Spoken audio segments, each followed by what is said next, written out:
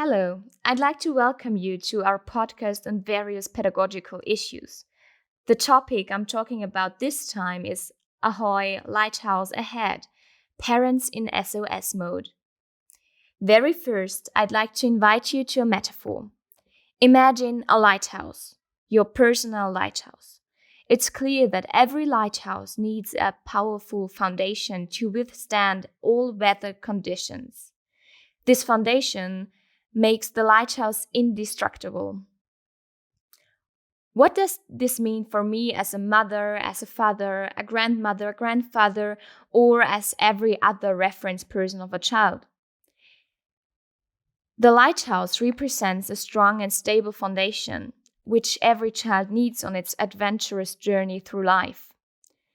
It's adventurous because it's a journey into a new and unknown future, which might also be frightening sometimes, but also full of new information and new fascination.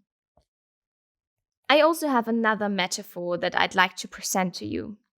Imagine a beautiful blue sea with a small ship on it. Your child or your grandchild is on board as the helmsperson. Every ship needs fuel to resist high wind and weather. This ship represents structures and routines and the ups and downs that we encounter throughout our lives.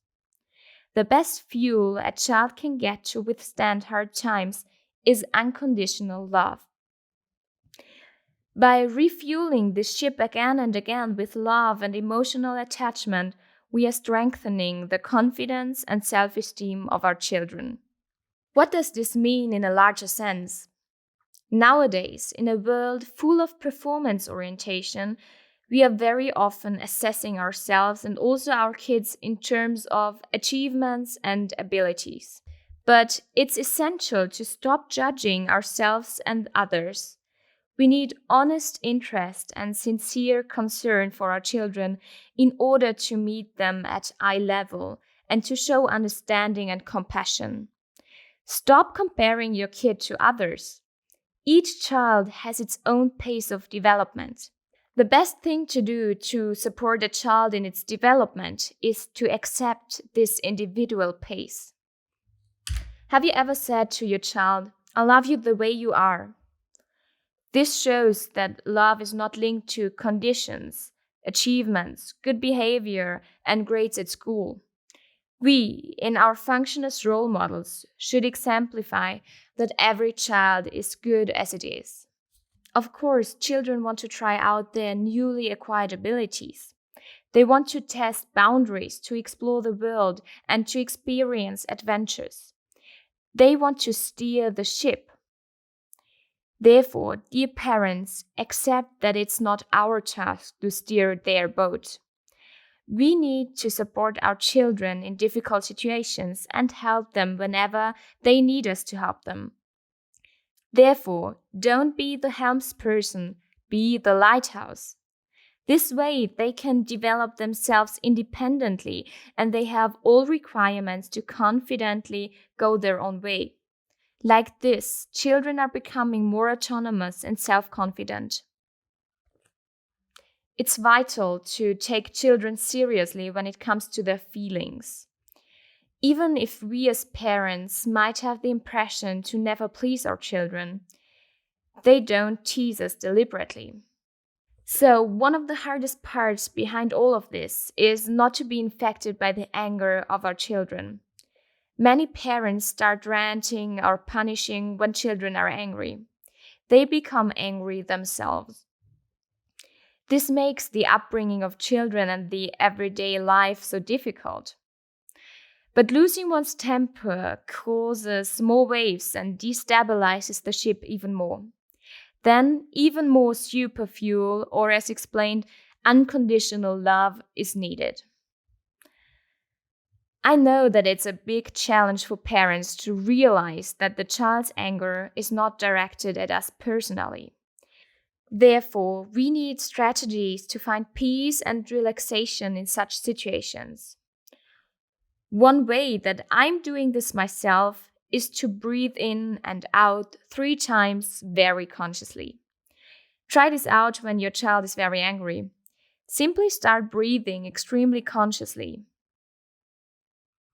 It might happen that your child will stop being angry and ask, "Mommy, Daddy, what are you doing there?" And immediately the situation will become more relaxed.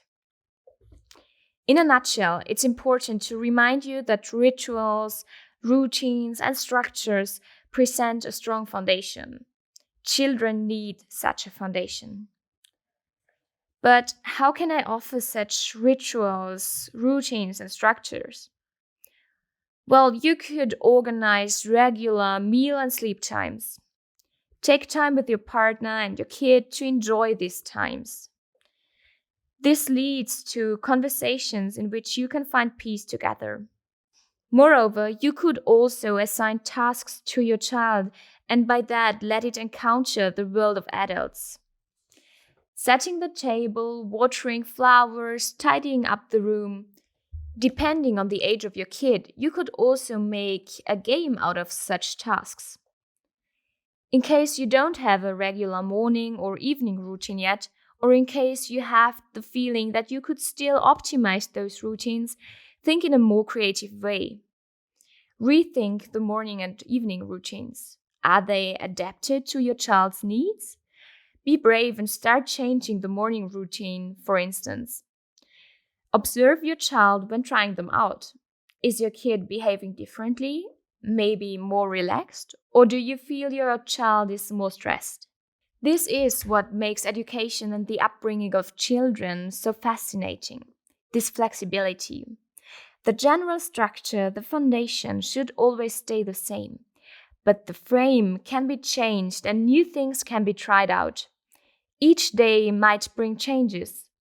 The essential vision that you need is a clear aim. Children need cuddling and physical closeness. Sometimes it's enough to simply stroke your child's head or to put your hand on its shoulder. It's not always words that are important. In order to build a strong basic trust in our children, parents need to be confident themselves. Let your children try new things. Let them experience some trial and error situations.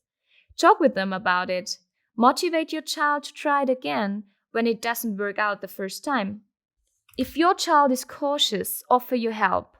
Basic trust makes children courageous to learn new things.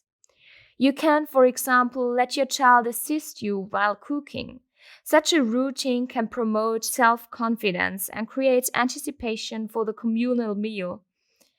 Also, your kid will feel proud to have contributed to this meal. Another very important point is children's participation. For instance, children can be included in the children's room design or redesign. Don't forget, not only ships might be shaking, also lighthouses can start shaking. No matter whether this happens because of a tsunami or a life crisis. The point is that the lighthouse, metaphorically standing for a parent, offers stability and protection even though going through a tough time. Dear parents and grandparents, be the lighthouse for your children. Help them to guide their way on the open sea by being their light. And you'll see your children will become self-confident, active, brave, flexible, and empathetic navigators within their own lives. In this sense, anchors away. Be the fuel for your child's ship and let them go from time to time. Thank you for listening. I wish you all the best, and I'm happy if you tune in for the next episode. Bye.